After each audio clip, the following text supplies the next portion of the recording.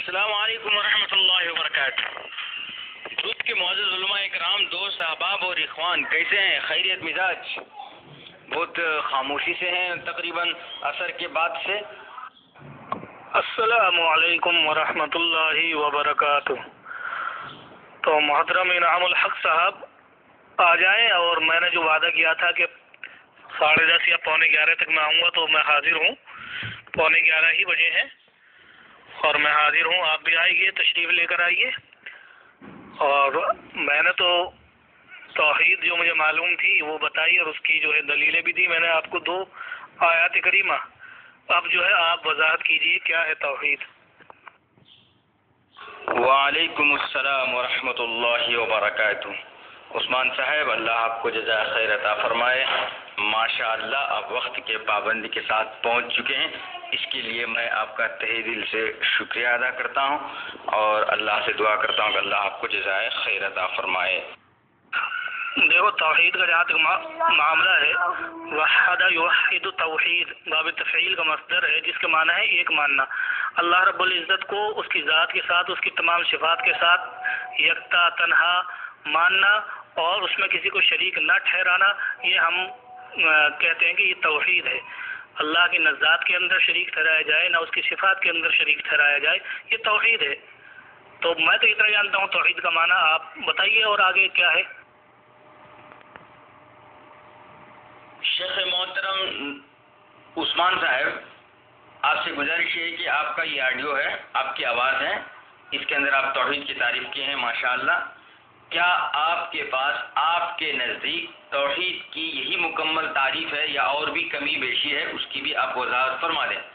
پھر اس کے بعد میں انشاءاللہ بھی اس آڈیو کے بعد توحید کی تعریف کرنے والا ہوں، تو آپ کو مستقبل میں آگے کی بات میں یہ شکوہ نہ رہے کہ نہیں توحید کی تعریف میں یہ بھی شامل ہے، فلاں بھی شامل ہے، یہ سارے چیز نہ رہے۔ یہ مکمل ہے کیا؟ کنفرمیشن کے لیے، تصدیق کے لیے میں نے آپ کی یہ آڈیو۔ جی انعام الحق صاحب، تو اس میں یہ جو ابھی آپ نے میری وائس ڈالی ہے، دوبارہ سے ریپیٹ کی ہے، تو اس میں کیا ہے؟ میں نے تو بتایا تھا کہ وحد یوحد توحید باب تفعیل کا مصدر ہے، اور لغوی معنی ہے ایک ماننا، اور اصطلاحی معنی توحید کے ہیں کہ اللہ رب العزت کو ایک ماننا، اس کا شریک نہ ٹھہرانا، نہ ذات کے اعتبار سے نہ صفات کے اعتبار سے۔ اور پھر میں نے قرآن کریم کی آیت کریمہ بھی پڑھ کر سنائی تھی، اگر کہیں تو پھر دوبارہ سے پڑھ دوں گا، نہیں تو کوئی نہ تو ذہن میں آ گئی ہوں گی آپ کے۔ انعام الحق صاحب، مجھے تو ایسا لگ رہا ہے کہ آپ مناظرہ کرنے کی فراق میں ہیں، حالانکہ میں تو یار آپ لوگوں سے بہت چھوٹا انسان ہوں، سیکھنے کے لیے آیا ہوں میں تو آپ تو ایسے کہہ رہے ہیں کہ آپ جو ہے پوری بات میں کہیں یہ نہ کہیں کہ یہ بھی ہے یہ بھی ہے۔ ارے جو ہماری کمیاں ہیں ہم اصلاح کرنے کے لیے تیار بیٹھے ہوئے ہیں بھائی، آپ جو ہے ہماری کمیاں نکالیے، ہم انشاءاللہ اگر قرآن و حدیث کے مطابق ہماری کمیاں ہوں گی تو ہم صحیح کریں گے۔ سر تو آپ ایسا کیوں برتاؤ کر رہے ہیں؟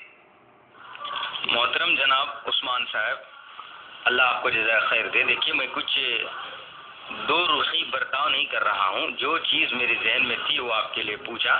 خیر، اس سے تو ہم دوستانہ ماحول میں رہیں گے، انشاءاللہ بات چیت ٹھیک طریقے سے ہوگی، اور میرا جو پوچھنے کا فرض تھا، ذمہ تھا، اس چیز کو میں ادا کر دیا، اور میں اپنے وعدے کے مطابق، جیسے کہ بات یہ طے ہوئی تھی کہ آپ بھی توحید کی تعریف کریں گے، میں بھی توحید کی تعریف کروں گا، پھر اس کے بعد ان دونوں تعریفات پر چرچا کیا جائے گا، ٹھیک ہے؟ جزاک اللہ خیر واحسن جزا۔ اب اس کی الحمدللہ رب العالمین، الصلاۃ والسلام علی اشرف الانبیاء والمرسلین وعلی من تبعهم باحسان الی یوم الدین۔ دیکھیے، کسی کو نہ اللہ کی ذات میں، نہ صفات میں، اور نہ اس کی عبادت و بندگی میں شریک کیا جائے، کسی کو بھی نہیں شریک کرنا ہے، اسی کو توحید کہتے ہیں۔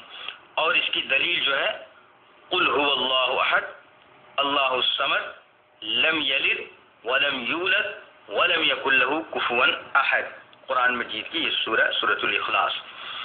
اور اقسام کے اعتبار سے توحید کی 5 قسمیں ہیں: توحید ذات، توحید صفات، توحید الوہیت، توحید ربوبیت اور توحید تقدیر۔ اور ان 5 کی دلیل جو ہے قل هو اللہ سورۃ الاخلاص، اور مزید آپ کو کوئی چیز کی اشکال ہو تو برائے مہربانی پیش فرمائیں۔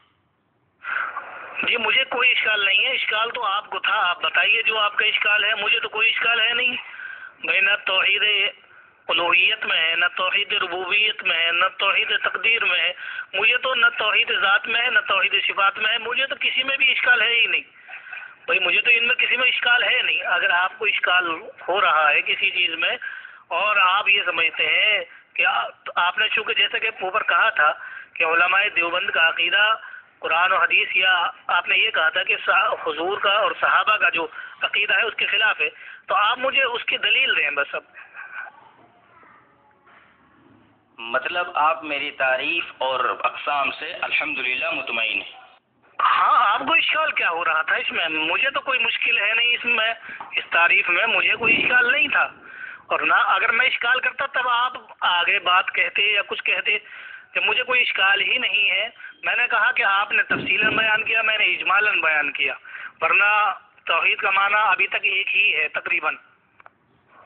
جی انعام الحق صاحب، آئیے بتائیے کیا اشکال ہے آپ کو؟ آپ کا جو مسئلہ ہے وہ بتائیے نا۔ اب اسی طرح کی تعریفات وغیرہ بیان کرتے رہو گے یا چلتے رہو گے تو لوگ اتنے خواہ پریشان ہوں گے، گروپ والے بھی۔ آپ کو جو مسئلہ ہے وہ رکھ دیجیے، فوراً رکھ دیجیے اس کو، جو بھی مسئلہ ہے آپ کا۔ اور آپ نے چونکہ آپ نے یہ کہا تھا شروع میں کہ قرآن و حدیث کے خلاف ہے علماء دیوبند کا عقیدہ، تو بس اس عقیدے کو رکھ دیجیے میرے سامنے یار۔ اگر وہ غلط ہے اور آپ صحیح بتائیں گے تو ہم مانیں گے نا بھائی۔ قرآن و حدیث کے مدعی آپ ہیں، دعویٰ آپ کرنے والے ہیں، تو آپ بتائیں گے یار، جب آپ صحیح کرائیں گے تبھی تو ہم صحیح کریں گے نا۔ تو آپ رکھ دیجیے، ادھر ادھر کی بات کو چھوڑ دیجیے بالکل۔ انعام الحق صاحب، کیا مصروف ہو گئے کسی چیز کے اندر؟ اگر آپ کسی چیز میں مصروف ہیں تو بتا دیا کیجیے بھائی، میں ابھی تھوڑی دیر کے لیے مصروف ہوں۔ السلام علیکم ورحمۃ اللہ وبرکاتہ۔ تاخیر کے لیے معذرت خواہ ہوں۔ میں سب سے پہلی بات آپ کے جو سوالات ہیں اس میں کیا اشکال تھے، تو آپ کی تقلید کی تعریف کی روشنی میں آپ سے یہ بات کہنا چاہ رہا ہوں۔ عبدالرحیم شاہ رائے پوری فضائل ذکر میں لکھا ہوا ہے کہ وہ کئی دن تلک پیشاب اور پائخانے کو نہیں جاتے تھے کیونکہ وہاں ان کو انوار نظر آتے تھے۔ تو اب مجھ کو اس میں اس عقیدے سے اس بات کی وضاحت آپ سے مطلوب ہے، یہ کیا معاملہ ہے، یہ کیا چیز ہے؟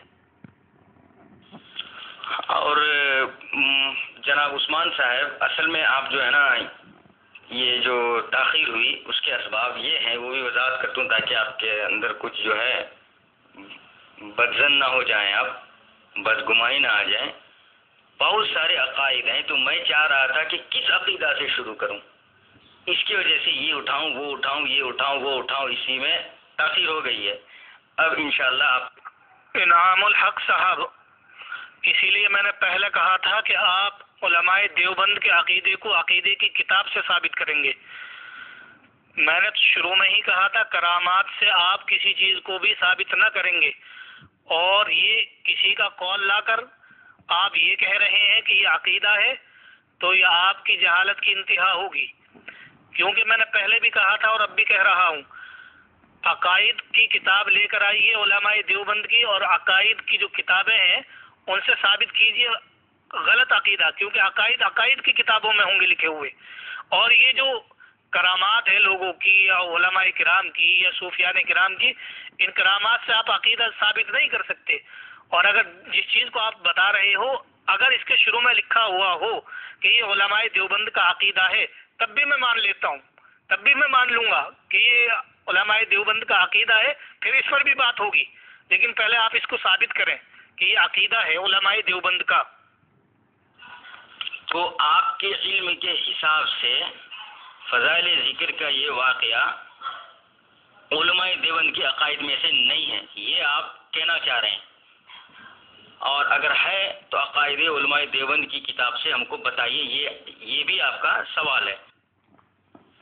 تو لہذا ملاحظہ فرمائیں، قبروں سے فیض جو ہے علماء دیوبند کا عقیدہ ہے۔ اب بقول آپ کے عقائد اہل دیوبند، مستقل ایک رسالہ، اسے واقف ہیں ہوں گے آپ ضرور سے، عقائد اہل دیوبند، تفصیل کے ساتھ اس کے اندر ذکر ہے اس کا میں ایک دم مختصر سے یہ بات بولتا ہوں آپ کے سوال کے لیے.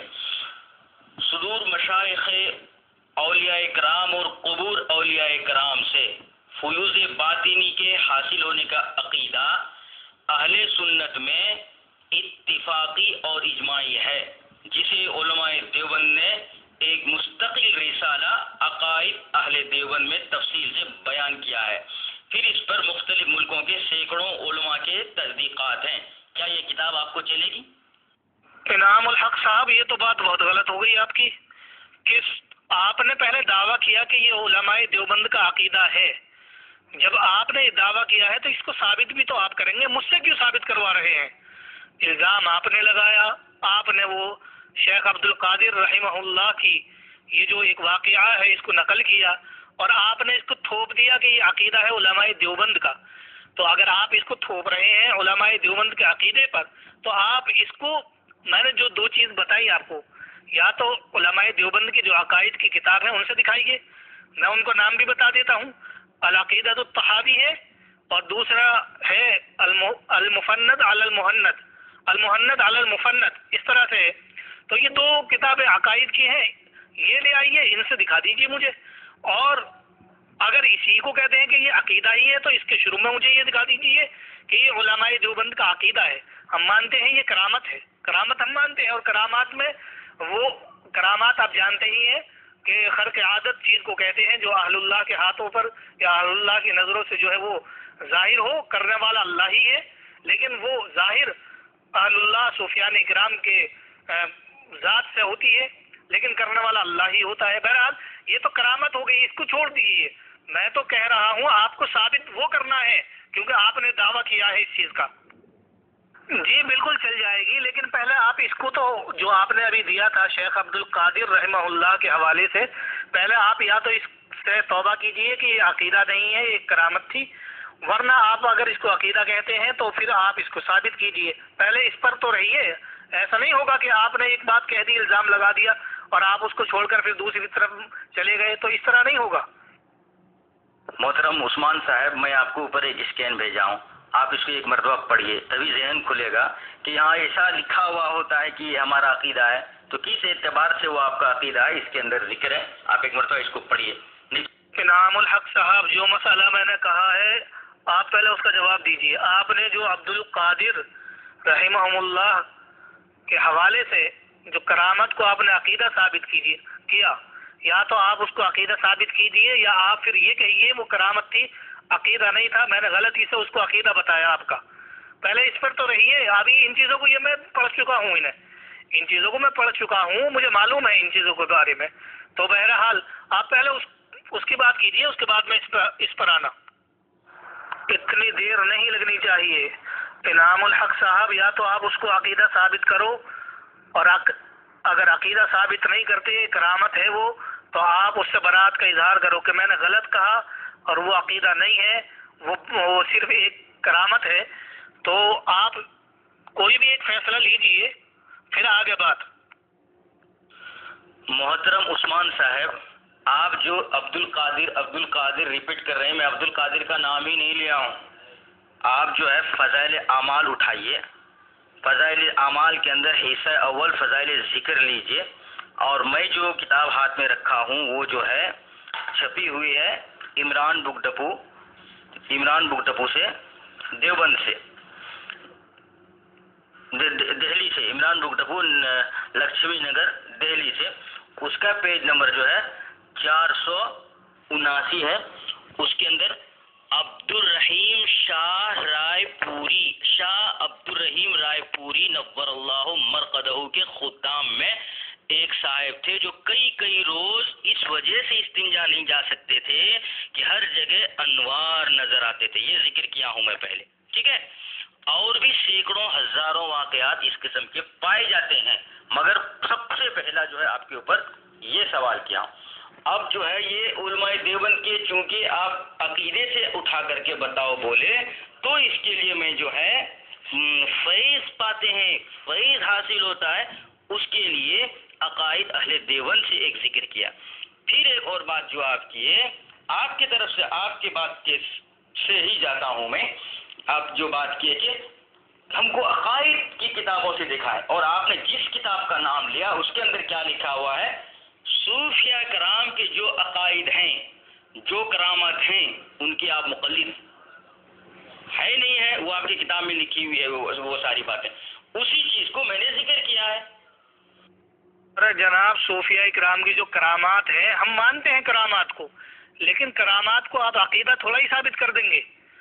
آپ یہ بتائیے کہ یہ عقیدہ تھا، یہ کرامت تھی. بس اتنا پوچھ رہا ہوں، دو چیز پوچھ رہا ہوں کہ یہ عقیدہ تھا یا کرامت تھی. مجھے نام لینے میں غلطی ہوئی، عبد القادر میں کہہ رہا تھا، عبد الرحیم، شاہ عبد الرحیم کی جگہ. بہرحال اس کی تو میں معافی چاہوں گا کہ میں نے نام جو ہے وہ غلط لیا. میں پھر سے بول رہا ہوں، آپ بتائیں کہ یہ عقیدہ تھا یا کرامت تھی؟ محترم جناب عثمان صاحب، آپ دیکھیے، سب سے پہلے حسن ظن رکھیے. انٹرنیٹ ہے، اس کے لیے میں کتاب کھنگال رہا ہوں، یہ کر رہا ہوں، وہ کر رہا ہوں، اس کی آپ کو کوئی ضرورت نہیں. المحنت المفنت کا حوالہ آپ پوچھے نہیں پوچھے، سوال کا سیدھا سا جواب دیجیے. اس کے اندر کیا لکھا ہوا ہے؟ ہماری ساری جماعت بحمدہ اللہ فروعات میں مقلد ہے. کن کے؟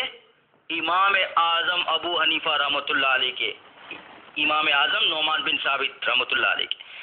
اصول و اعتقاد، یہ میرا محل استشہاد ہے. اصول و اعتقاد میں جس کی آپ لوگ پیروی کرتے ہیں، ابو الحسن اشعری اور امام ابو منصور ماتوریدی. یہ کون تھے؟ صوفیاء. تو اس کا مطلب یہ صوفیاء جو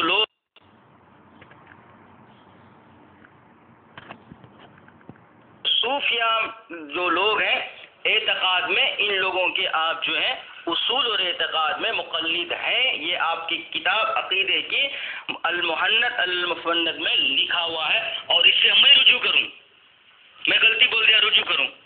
آپ جس کتاب کے حوالہ مانگے اس کتاب سے یہ بتائیں. تو لہذا ثابت یہ ہوا کہ ان کی جو بھی باتیں ہیں، صوفیاء کرام کی جو بھی باتیں ہیں، کرامات ہیں، عقیدہ ہیں، ان سب چیزوں میں تو آپ معتقد ہیں، وہ عقیدہ آپ کا بھی ہے اور آپ ان کے مقلد ہیں. اور ایک چیز آپ کی کتاب میں لکھی ہوئی ہے اور الٹا میں اسے رجوع کروں. واہ! اسے بولتے ہیں کریلا اور نیم چڑھا. آپ عقیدہ بولیں یا کرامت بولیں، عقیدہ کو کرامت بول کر کے بچنے کی کوشش کریں. یہ آپ کی کم ظرفی ہے، سوچ کی کمی ہے. آپ سوچ کو بڑھائیں. آپ جس کتاب کا نام لیے اس کتاب میں صاف لکھا ہوا ہے کہ آپ معتقد ہیں، اعتقاد رکھتے ہیں اصول میں صوفیاء کرام کی، اور ان کا نام گنا دیا میں. اب ان کے جو بھی باتیں ہیں ان سب چیز کے تو آپ مقلد ہیں نہیں ہیں، یا ان کے چند چیز کے مقلد ہیں، چند چیز کے نہیں مقلد ہیں. ارے انعام الحق صاحب، صوفیاء کرام جو ہیں، آپ کو ابھی تو یہی معلوم نہیں ہو پا رہا کہ امام اعظم رحمۃ اللہ علیہ کے مقلد ہیں فروعات کے اندر. امام ابو الحسن اشعری اور امام ابو منصور ماتوریدی رحمۃ اللہ علیہ رحمہم اللہ، ان کے اصول میں، اصول یعنی اعتقادات کے اندر کرامات کے اندر نہیں، اعتقادات کے اندر جو انہوں نے تعریفات بیان کی ہیں صفات باری تعالیٰ کی اور متشابہات آیات کی، ہم ان کے اندر اعتقادات کے اندر، کرامات کے اندر نہیں بتایا. بھائی کرامات کے اندر اگر ہے تو کرامات کے طریقے سے لی جائے گی، اعتقاد کے طریقے سے. آپ کرامات کو اور اعتقاد کو ملا کیوں رہے ہو؟ اور آپ اس کا جواب دو، وہ کرامت تھی، عقیدہ تھا. اور وائس جو ہے ذرا چھوٹی ڈالا کریں تاکہ سننے میں آسانی ہو اور جواب دینے میں بھی آسانی ہو. آپ صرف یہ بتا رہے ہیں کہ وہ عقیدہ تھا یا کرامت تھی. دوسری بات یہ ہے کہ آپ ابو الحسن منصور، امام ابو الحسن کو اور امام ابو منصور ماتوریدی رحمہم اللہ کو، ان دونوں کو آپ صوفیہ کہیں یا کچھ بھی کہیں، میں تو یہ کہتا ہوں کہ جتنے بھی علماء کرام ہوتے ہیں اکثر جو ہے صوفی ہوتے ہیں. اور صوفی کا مطلب کیا ہوتا ہے؟ صوفی کا مطلب ہوتا کیا ہے؟ آپ شاید ابھی یہ بھی نہیں سمجھتے. بہرحال آپ جانے یہ کیا ہوتا ہے کیا نہیں ہوتا ہے، ہم تو جانتے ہیں کہ کیا ہے کیا نہیں ہے. بہرحال ہم اعتقادات کے اندر ان دونوں کی تشریحات کو ہم سمجھتے ہیں کہ انہوں نے صحیح تشریحات کی ہیں جو متشابہات آیات ہیں، اور ان کے مطابق ہم عقائد جو ہے وہ لیتے ہیں. آپ ان کے عقیدے کو کرامات بول کر کے نہیں بچ سکتے، پہلی بات. کیونکہ انہوں نے جو آگے پیچھے کی جو عبارت ہے اس چیز کو آپ پڑھیے، اس کے بعد آپ کو پتہ چلے گا یہ کرامت ہے یا عقیدہ ہے۔ اور ایک بات میں سیدھا سا پوچھتا ہوں، آپ بڑا بات کر رہے ہیں، کرامت انسان کا کب ظاہر ہوتا ہے؟ کب ظاہر کرتے ہیں کرامت؟ نبی اکرم صلی اللہ علیہ وسلم کے متعلق جو ہے چاند کے جو ٹکڑے ہوئے، اس وقت چاند کے جو ٹکڑے ہوئے یہ معجزہ ہے نا اللہ کے رسول صلی اللہ علیہ وسلم کی۔ ایسا ہی غیر نبی سے جو کچھ خرق عادت پیش آتی ہے اس کو کرامت کہتے ہیں، ٹھیک ہے، یہ چیز کرامت کہتے ہیں۔ اب اس کا مقصد کیا ہوتا ہے وہ چیز میں آپ کو سمجھا دیتا ہوں، اور بات جو لمبی ہوگی آپ کو سمجھانے کے لیے تو لمبی ہوگی، وہ بھی 2 منٹ سے زیادہ ہم انشاءاللہ نہیں بات کریں گے۔ ایک آڈیو کی آخری مدت، آخری ویلیڈیٹی 2 منٹ ہے، تو اس کے لیے وہ پتھر سے کلمہ پڑھنا، کنکریوں سے یا پھر چاند کے ٹکڑے ہونا، اس کا خلاصہ کیا ہوتا تھا کہ ایسا اگر چاند کے ٹکڑے ہوئے تم ایمان قبول کر لو گے تو یہ چیز کی بات طے ہوتی تھی۔ اب وہ بیت الخلا میں اگر اس کا کرامت ظاہر ہو، اس سے کیا فائدہ ہو رہا ہے؟ لوگ کلمہ پڑھ رہے ہیں کیا؟ ایمان قبول کر رہے ہیں ان کے بیت الخلا میں ان کے کرامت ظاہر ہونے سے؟ یہ تو اپنا عقیدہ ظاہر کر رہے تھے کہ ان کا عقیدہ یہ ہے کہ بیت الخلا میں بھی ان کو انوار نظر آ رہا۔ بات یہ نہیں ہے کیا نظر آ رہا ہے اور کیا نہیں آ رہا نظر، بات یہ ہے کہ کرامات حق ہے، ثابت ہے، نہیں ہے، آپ کرامات کو مانتے ہیں یا نہیں مانتے، اتنا بتائیے۔ دوسری بات یہ ہے ہم کرامات کو اور عقیدے کو الگ الگ رکھتے ہیں، آپ مکس کر رہے ہیں کہ جو کرامت ہے اس کو بھی آپ عقیدہ بتا رہے ہیں۔ تو میری تو درخواست آپ سے بار بار یہی ہے کہ آپ جو ہے اس کو عقیدہ ہی ثابت کر دیں۔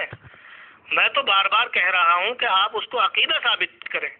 بھائی میں تو اس کو کرامت مانتا ہوں، ہم سب مانتے ہیں اس کو کرامت مانتے ہیں، اور ہمارے یہاں کرامت حق ہے۔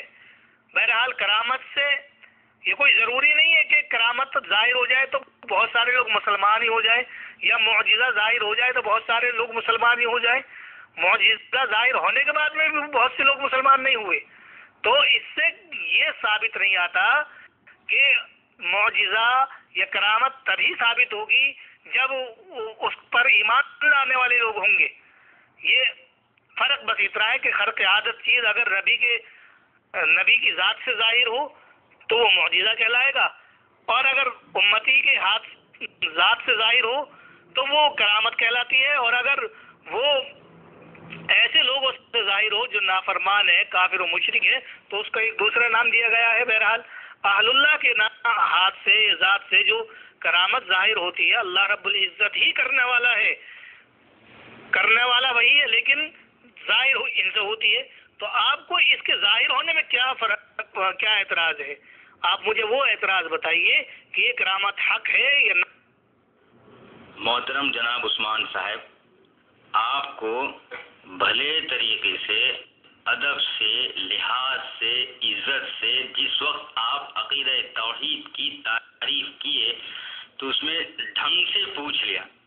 آپ مجھ کو جو ہے نا بہت کچھ کہتے، وہ آڈیو بھی ہے، کیا کہے آپ تو فلاں کر رہے ہیں، یہ کر رہے ہیں، جو معلوم تھا بول دیا، بات آگے بڑھائیے نا جی، ایسا ہی بولے آپ، آگے بڑھانے کے لیے بات کو بولے۔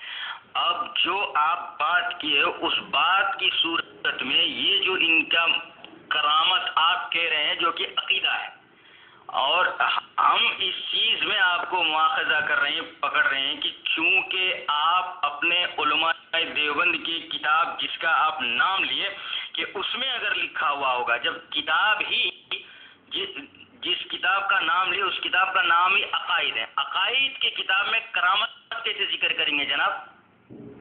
عقائد کی کتاب میں کرامت کیسے ذکر کریں گے؟ میرا ایک سوال۔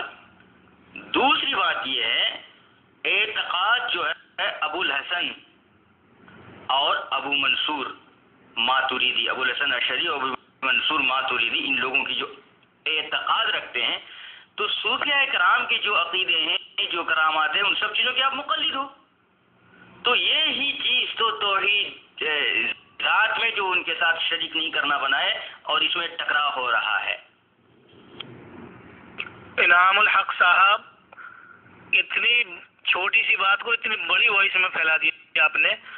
ارے عقائد کی بات میں کرامت کو اس لیے ذکر کریں گے کہ کرامت کا ظاہر ہونا بھی یہ حق ہے، کرامت کا ظاہر ہونا بھی یہ حق ہے، یہ عقیدہ ہے، علماء دیوبند کا کہ کرامت ظاہر ہوتی ہے، لیکن یہ عقیدہ نہیں ہے کہ ہر ایک سے ظاہر ہو جائے گی کرامت، اور جو بھی کرامت ظاہر ہو جائے وہی عقیدہ بن جائے. یہ مطلب نہیں ہے. مطلب یہ ہے کہ کرامت کا ظاہر ہونا صوفیاء سے یا علماء سے یا بزرگوں سے یہ حق ہے. کرامت ظاہر ہو سکتی ہے، سب سے ظاہر نہیں ہوگی، ظاہر ہو بھی سکتی ہے، نہیں بھی ہو سکتی. تو یہ اس کا ظاہر ہو جانا اگر ہو جائے تو یہ حق ہے. مطلب یہ ہے. پھر آپ دیکھیے عقیدے کو کرامت کے نام بول کر کے بچنے کی آپ ناکام کوشش کر رہے ہیں. ٹھیک ہے، جو چیز میں پہلے بولا ہوں اس چیز پر آتا ہوں. کیا لکھا ہوا ہے اس کے اندر؟ شاہ عبد الرحیم صاحب رائے پوری نور اللہ مرقدہ کے خدام میں ایک صاحب تھے جو کئی روز اس وجہ سے استنجا نہیں جاتے تھے. کئی روز کا مطلب کیا ہوا پتہ ہے؟ 29 تاریخ 29 دن تلک، 30 دن ہو گیا تو کئی مہینہ ہوتا تھا. تو کرامت کتنے دن رہتا ہے؟ کتنا ویلیڈیٹی کیا ہے؟ زندگی بھر کرامت رہے گا کسی کو، یعنی 4 دن رہے گا، 5 دن رہے گا، 10 دن رہے گا. لیکن اللہ کے رسول صلی اللہ علیہ وسلم کے تو کچھ وقفے کے لیے، کچھ لحظہ کے لیے معجزہ آتا تھا. چاند کی اشارہ کیا تو ٹکڑے ہو گئے، پتھر سے کنکری، اور بھی بہت سارے کنکری جو ہے کلمہ پڑھے، پتھر سے سلام کی آواز آئے. جو معجزہ ہے اللہ کے رسول صلی اللہ علیہ وسلم کے، وہ تو لیٹ ٹائم نہیں ہوتے تھے یا کئی دن نہیں ہوتے تھے. مگر آپ کے جو یہ کرامت ہے کئی دن کیسے ہو رہے ہیں جناب؟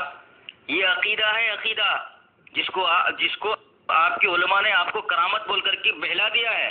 آپ عقیدہ ہے یہ، اور وہ چیز آپ نہیں سمجھ رہے ہیں، اندھادھن اپنے علماء کی رائے کے اوپر جا رہے ہیں آپ. نہیں تو اگر آپ سوچتے، سمجھتے، غور کرتے تو یہ ضرور سوچتے کرامت تو چند وقفے کے لیے، چند لہجہ کے لیے، چند منٹ کے لیے، کچھ دیر کے لیے ہوتا ہے. مگر یہ تو مہینوں کے حساب سے ہے بھائی. کئی روز تک کیسا بھی کرامت رہ جائیں گی کسی کے ساتھ. نمبر 1 تو یہ ہے کہ ہم سوچ رہے ہیں یا سمجھ رہے ہیں، ہم جانتے ہیں. آپ نے کہا یہ عقیدہ ہے، عقیدہ ہے، عقیدہ ہے. آپ اس کو ثابت کریں نا کہ عقیدہ کیسے ہے. دوسری بات یہ ہے کہ کرامات آپ نے کہا کہ کئی دن نہیں جاتے تھے. باتھ روم کے لیے اگر کئی آدمی دن نہ جائے تو اس سے آپ کو کیسے معلوم ہو گیا کہ کرامت جو ہے وہ ایک مختصر وقت کے لیے ہوگی اور لمبے ٹائم کے لیے نہیں ہو سکتی؟ یہ کہاں لکھا ہوا ہے کہ مختصر وقت کے لیے ہی کیا نام کا کرامت ہوتی ہے اور لمبے ٹائم کے لیے نہیں ہوتی؟ یہ کہیں ہے لکھا ہوا؟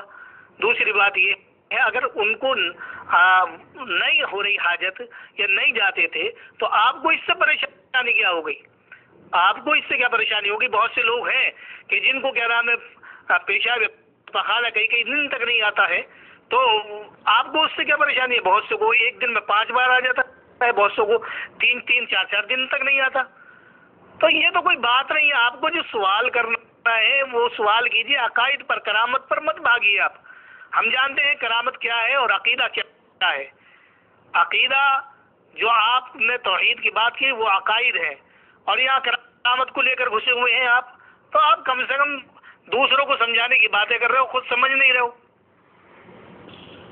آپ جو ہے نا عثمان صاحب، یہ جو 1 منٹ 20 سیکنڈ کی جو بات کی ہے اس کے اندر ہے نا آپ کی صلاحیت باہر آ رہی ہے. آپ کی صلاحیت باہر آ رہی ہے. آپ نے جس کتاب کا حوالہ پوچھا المحنت علی المفنت، اس کے اندر بتائیے بولے، اس میں صاف لفظوں میں لکھا ہوا ہے ہم اعتقاد میں فلاں لکھا ہوا ہے، اور اس کو بول دیا، دہرانے کی ضرورت نہیں.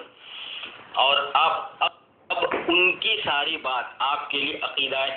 کیوں؟ اس لیے کہ آپ کے عقائد میں لکھا ہوا ہے بس. اور کیا آپ کے لیے دلیل؟ اس کے باوجود آپ نہیں سمجھو گے تو ہم کیا کریں گے؟ ایک چیز یہ ہوگی. یہ جو آپ پوچھ رہے ہیں یہ کہاں لکھا ہوا ہے کہ مختصر وقت کے لیے کرامت ہوتا ہے، طویل وقت کے لیے نہیں؟ تو آپ سے میں یہ پوچھتا ہوں کہ آپ اگر عصر نماز کے بعد روزہ ہیں اور عصر نماز کے بعد افطار کر لیں گے تو آپ کا روزہ مکمل ہو جائے گا؟ آپ سے میں پوچھتا ہوں. اگر آپ اس کا جواب دیتے نہیں مغرب کے بعد روزہ کھولنا چاہیے، عصر کے بعد نہیں کھولنا چاہیے، ایسا آپ اگر پوچھیں گے تو میں پلٹا کر آپ کو پوچھ سکتا ہوں یہ کہاں لکھا ہوا ہے کہ عصر کے بعد نہیں روزہ کھولنا چاہیے؟ تو یہ کہاں لکھا ہوا ہے؟ اگر میں پوچھ دوں تو آپ کیا جواب دو گے؟ ایسی ہی بات آپ کر رہے ہو فی الحال، سمجھے؟ سمجھداری کی بات کرو، علم سے بات کرو. اور وہ کرامت نہیں، عقیدہ اس لیے ہے کہ عقائد میں، آپ کے عقائد کی کتابوں میں یہ اصول لکھے ہوئے ہیں. انعام الحق صاحب، صلاحیت تو آپ کی بھی ماشاءاللہ ظاہر ہو رہی ہے. جہاں تک مسئلہ وہ تھا کہ اعتقادات کے اندر ابو الحسن اشعری رحمہ اللہ اور ابو منصور ماتریدی رحمہ اللہ کے معتقد ہیں، تو ان کا مسئلہ کیا تھا؟ آپ کو ابھی مسئلہ بھی نہیں سمجھا آپ نے ان کا، کہ امام ابو الحسن اشعری جو ہیں وہ جو متشابہ آیات ہیں ان کی تعویل نہیں کرتے تھے، ان کو ظاہر پر رکھتے تھے، اور اس جیسا کہ آئی ہے اللہ رب العزت کی صفات اسی اعتبار سے وہ مانتے تھے. جیسے فَأَيْنَمَا تُوَلُّوا فَثَمَّ وَجْهُ اللَّهِ، یا الرحمن علی العرش استوى، یا وَهُوَ مَعَكُمْ أَيْنَمَا كُنْتُمْ، یا اور دیگر آیات ہیں مَا يَكُونُ مِن نَجْوَى ثَلَاثَةٍ إِلَّا هُوَ رَابِعُهُمْ وَلَا خَمْسَةٍ إِلَّا هُوَ سَادِسُهُمْ وَلَا أَدْنَىٰ مِن ذَلِكَ وَلَا أَكْثَرَ إِلَّا هُوَ مَعَهُمْ أَيْنَمَا كَانُوا. تو یہ جو تمام آیات ہیں یہ امام ابو الحسن اشعری رحمۃ اللہ علیہ کوئی تعویل نہیں کرتے، اور امام ابو منصور ماتریدی رحمۃ اللہ علیہ جو ہے جو چیزیں متشابہ آیات ہیں ان کی ایسی تعویلات کرتے ہیں جو کم عقل اور کم فہم لوگوں کا، تاکہ عقیدہ خراب نہ ہو اور ان کو سمجھانے میں آسانی ہو. جیسے وقالت الیہود ید اللہ مغلولہ، کہ اللہ کے ہاتھ جو ہے وہ ہو گئے، کیا نام ہے اس کا، مغلولہ، یعنی اس کا معنی مجھے ذہن میں نہیں آ رہا ہے، شاید اس کا معنی یہ ہے کہ اللہ تبارک و تعالیٰ کے ہاتھ جو ہے وہ بند گئے، یا اس طرح کے کوئی معنی ہے. بہرحال تو وہ اس کی جو ہے تعویل کرتے تھے ظنیت کے درجے میں، ظنیت کے درجے میں، اسی طرح سے وجہ کی تعویل کی ظنیت کے درجے میں، دیگر جو متشابہ آیات ہیں ان کی تعویلات کرتے تھے ظنیت کے درجے میں. تو دونوں طرح سے ہمارے یہاں جائز ہے کہ متشابہ آیات کی تعویل کر بھی سکتے ہیں اگر لوگ عقائد کے اندر گمراہ ہو رہے ہیں، اور ظنیت کے درجے میں اور نہیں بھی کر سکتے، دونوں طرح سے درست ہے. تو یہ ہے وہ امام ابو الحسن اشعری رحمۃ اللہ علیہ اور امام ابو منصور ماتریدی رحمۃ اللہ علیہ کا. معلوم نہیں کیا کیا سمجھ رہے ہیں ان دونوں کو، بار بار ان کو لے کر آتے ہو اور یہ کہتے ہو کہ یہ کیا نام ہے آپ کے عقائد ہیں. بھائی وہ جو کتاب آپ کا اسکن دے رہے ہو کتاب کا المحند علی المفند کا، تو اس کے اندر وہ عقائد پڑھو بھی تو صحیح، آپ اس کے اندر لکھا کیا ہے، پوری عبارات پڑھ ڈالو تب معلوم ہوگا نا. اس میں کہیں یہ لکھا ہوا نہیں کہ یہ کرامت جو ہوئی ہے یہ عقیدہ ہے، یہ کرامت جو ظاہر ہو گئی یہ عقیدہ ہے. بس اتنا لکھا ہوا ہے کہ کرامات کا ظاہر ہونا اولیاء اللہ سے یہ حق ہے، کرامات کا ظاہر ہونا اولیاء اللہ سے یہ حق ہے. تم نے ایک سوال پوچھا تھا کہ اگر کوئی شخص روزہ رکھے اور وہ عصر کے بعد میں افطار کرنا چاہے تو اس کو کیسے منع کرو گے، کہ منع کہاں پر لکھا ہوا ہے؟ تو آپ قرآن کریم کی آیت پڑھو، ثم اتموا الصیام الی اللیل، کہ روزے کو رات تک پورا کرو، رات میں جا کر کھولو اس کو. یہاں پر صریح نص موجود ہے، آپ کو نظر نہیں آ رہی شاید، تو صریح نص ہے یہاں پر. کرامت میں ایسا نہیں ہے کہ کرامت چھوٹی ہوگی، بڑی ہوگی، آدھی ہوگی، چھوٹی ہوگی، کیسی ہوگی، کچھ نہیں ہے. کرامت کسی طرح سے بھی ظاہر ہو سکتی ہے. تو اس میں تو ایسا کوئی خاص لفظ ہے نہیں، اس میں وہی ہے جو پہلے بھی آپ نے دیا تھا، اور اس میں نے بتا دی دونوں کی تشریح کر کے کہ امام ابو الحسن اشعری رحمۃ اللہ علیہ یہ متشابہ آیات کی تعویل نہیں کرتے، اور امام ابو منصور ماتریدی رحمۃ اللہ علیہ یہ تعویلات کرتے ہیں ظنیت کے درجے میں، تاکہ لوگوں کے جو عقائد اگر خراب ہو رہے ہوں تو ان کو تعویلات کر کے بتا دی جائے. یہ کہ بہت سے لوگ ایسے ہیں جیسے الرحمن علی العرش استوى، لوگوں نے یہ سوچ لیا کہ اللہ رب العزت کی ذات عالی جو ہے عرش کے اوپر بیٹھی ہوئی ہے، تو اس بیٹھے ہونے کی نفی کرنے کے لیے کوئی تعویل ایسی کی جائے جو ان کے ذہن سے یہ بیٹھنا نکالا جائے. تو یہ چیزیں ہیں، اور تو اس میں کچھ ایسا ہے نہیں. محترم عثمان صاحب، یہ پوری عبارت رہی، آپ اس کے اندر پوری عبارت پڑھے. آپ کے عقائد کے جو اصول ہیں اس کو ذکر فرمایا گیا ہے اس کے اندر، اور آپ 2 منٹ کے آڈیو میں 2 منٹ 15 سیکنڈ میں ایک ناکام کوشش کیے کہ اس کی تعویل کر کے کسی طریقے سے ہم کو بہلا دیا جائے.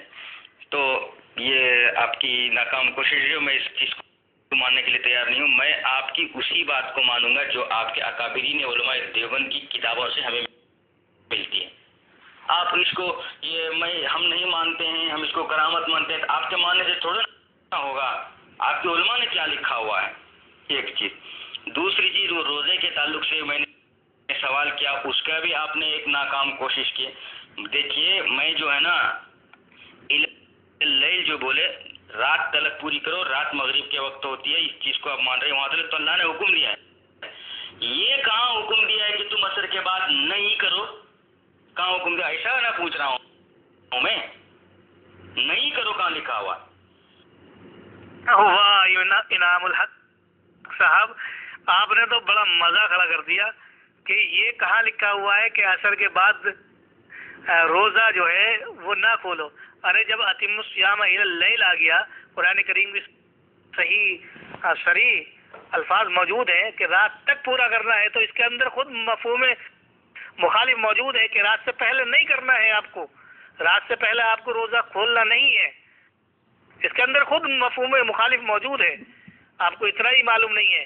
دوسری چیز یہ ہے، یہ عقائد جو لکھے ہوئے ہیں میں نے کئی بار وضاحت کر دی.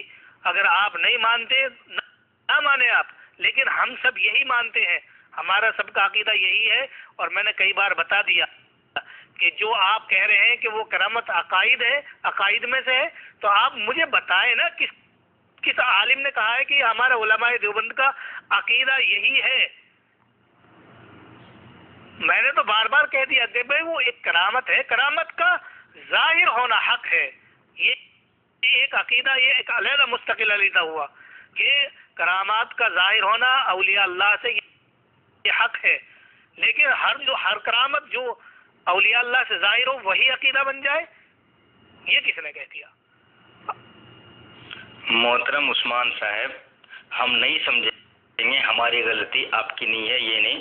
ہم جو ہے نا آپ کو عصر کی نماز کے بعد افطاری کرنے کی جو بات کیا، آپ کی اسی بات پر کہا کہ آپ یہاں تو نص صریح اور مفہوم مخالف ساری چیز کو ماشاء اللہ اللہ کے فضل و کرم سے ٹھیک سمجھ رہے ہو. اللہ کا کرم ہے، شکر ہے.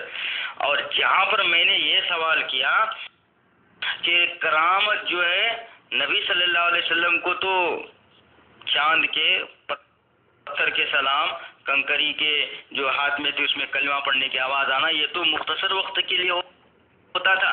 مگر آپ کے اولیاء کرام تو لمبی مدت تلک کے لیے ہے، 2 دن 4 دن اور کئی دن تلک بھر صورت. تو یہ مدت اتنی لمبی تو ہمارے نبی صلی اللہ علیہ وسلم سرکار دو عالم صلی اللہ علیہ وسلم کے معجزہ میں تو ایسی بات نہیں رہی. اور آپ کے اکابرین اولیاء کرام جن کو آپ مان رہے ہیں ان کے لیے اتنی لمبی مدت تلک معجزہ کرامت ہے. تو بولنا یہ چاہتا ہوں کہ کرامت تو اس میں آپ نے جواب یہ دیا کہ یہ کہاں لکھا ہوا ہے کہ کرامت جو ہے لمبی مدت تلک نہیں رہتی ہے. تب میں نے یہ پوچھا یہ کہاں لکھا ہوا ہے کہ عصر کے بعد یہ افطار نہیں کیا جاتا ہے. تو یہاں تو آپ کو مفہوم مخالف سمجھ میں نہیں ہے. ہم روزہ میں تو مفہوم مخالف سمجھ گئے آپ، مگر اس چیز میں مفہوم مخالف نہیں سمجھ پا رہے ہیں آپ، اور ہمیں کہہ رہے ہیں ہمیں تو یہ مانتے ہیں، آپ کو ماننا ہے تو مانو نہیں تو میں مانوں یا نہیں مانوں وہ نہیں چاہ رہا ہوں، حق اور باطل کی وضاحت چاہ رہا ہوں. میں حق اور باطل کی وضاحت تو خود بخود ہو جا رہی ہے کہ آپ کرامت کو عقیدہ ثابت کر رہے ہو، اور اس جو پیج آپ دے رہے ہو اس کے اندر خود یہ لکھا ہوا ہے کہ فروعات کے اندر امام اعظم رحمۃ اللہ علیہ کے مقلد اور اعتقادات کے اندر اعتقادات کیا کیا ہیں وہ آ کے تفصیل سے لکھا ہوا ہے کہ اللہ رب العزت خالق ہے، مالک ہے. یہ تمام چیزیں جو لکھی ہوئی ہیں، جنت ہے، دوزخ ہے، حشر ہے، نشر ہے، اور یہ تمام چیزیں جو ہیں یہ حق ہیں، یہ اعتقادات ہیں. اس کے بعد میں کہ معجزہ حق ہے، کرامت حق ہے. تو یہ کرامت کا ظاہر ہونا، معجزے کا ظاہر ہونا، یہ حق کئی اعتقاد ہے، لیکن اس میں یہ نہیں ہے بھائی کہ ہر جو کرامت ہوگی وہ عقیدہ ہی ہوگی. ہر کرامت کیا بنے گی؟ عقیدہ. ایسا نہیں ہے لکھا ہوا، اور اگر ایسا ہے لکھا ہوا تو آپ دکھائیں مجھے کہ ہر کرامت ہوگی وہ عقیدہ ہے، جو بھی کرامت ظاہر ہو گئی وہ عقیدہ بن گیا. یا آپ مجھے دکھائیں نا، پھر تو عقیدہ جو ہے کیا نام ہے قیامت تک کا سلسلہ شروع ہو جائے گا کہ قیامت تک عقیدے ہی بنتے رہیں گے.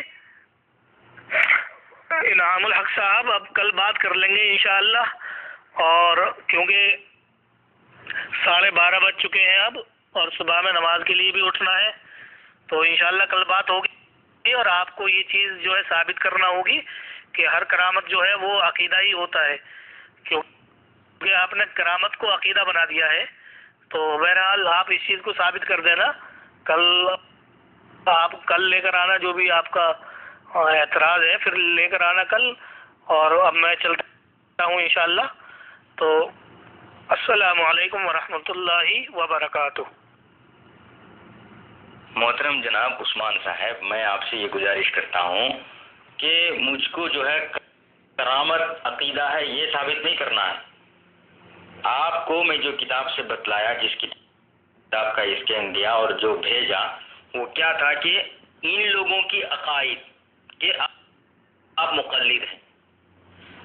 میں کل بات کروں گا تو انشاءاللہ عقیدے پر ہی بات کروں گا، اور یہ بات کروں گا کہ جن کے تم عقیدے میں تقلید کر رہے ہو اور تم حنفی ہو، تو امام حنیفہ رحمۃ اللہ علیہ کے عقیدے میں وہ کون سی کمزوری تھی جو کہ تم ان دونوں کے پاس آ گئے، اور ان کا کیا عقیدہ تھا؟ ابو منصور ماتریدی، ابو الحسن اشعری کا کیا عقیدہ تھا؟ وہ پتہ ہے آپ کو، جن کے عقیدے کے آپ پابند ہیں، مقلد ہیں، یہ چیز. اور میں جو بتلایا کہ یہ جو اصول ہیں آپ کے عقیدے کی کتابوں میں، اب اصول ہیں اور وہ عقیدہ ہے، اور اس کو آپ کرامت کرے، آپ اس کو ثابت کرو نا کہ یہ کرامت اس طریقے سے ہے، یہ